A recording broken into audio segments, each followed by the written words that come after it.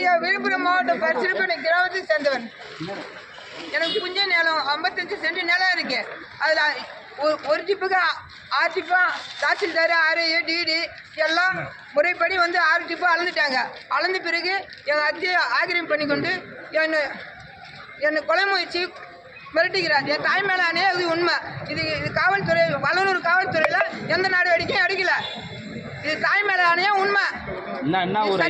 பரிசுரெட்டிப்பாளையம் ஐயா, விழுப்புரம் மாவட்டம் பரிசுரெட்டிப்பாளையம் கிராமத்தை சேர்ந்தவன் கபூர் ஐயா. இதுக்குள்ள என்னை தாக்குனாங்களோ அவங்களெல்லாம் எஃப்ஐஆர் பண்ணி வைக்கணும்.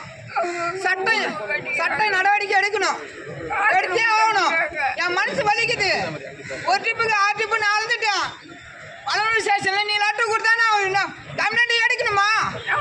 வெளியே போடான்றாங்க.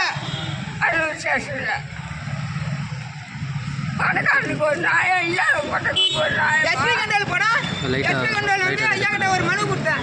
மனு கொடுத்ததுக்கு விசாரணை கமிஷன் வந்து வச்சு அவங்களுக்கு அவங்க நிலம் அபகரிப்பை ஒப்படைக்கணும்னு சொன்னாங்க. அங்கே போகிறதுக்கு என்ன சொல்கிறாங்க, ஆர்டிஓ கிட்ட எடுத்துன்னு போகிறாங்க. விசாரணை கமிஷன் நடத்துறதுக்கும் ஆர்டிஓ கிட்ட போகிறதுக்கும் என்ன சம்மந்தம் சார் இருக்குது? எனக்கு தீர்வு காணணும், இன்னைக்கே தீர்வு காணணும் சார். ராஜ்குமார் என்றவர் வந்து 7 தென்னை மரம் வச்சிருக்காரு.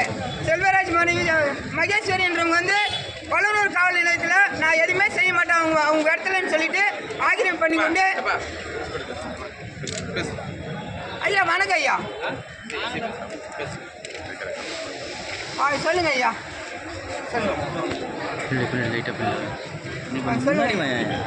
இங்கே எடுத்துன்னு நல்ல பிந்தி அப்படிவா. நான் இதுக்கப்புறம் எங்கே வரல போகிறேன். என்னை வெளியே போடான்னு சொல்லிட்டாங்க ஐயா. நீ மனு கொடுத்தா நான் பார்க்கணுமா? வெளியே போடா, வெளியே போன்றாங்க. என் தாய் மேலே உண்மை. இது ஒரு ட்ரிப்புக்கு 6 ட்ரிப்பு அழுதுட்டேன் ஐயா. நான்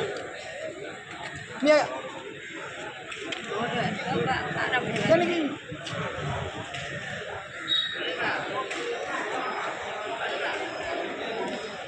சரி ஐயா, சரி ஐயா.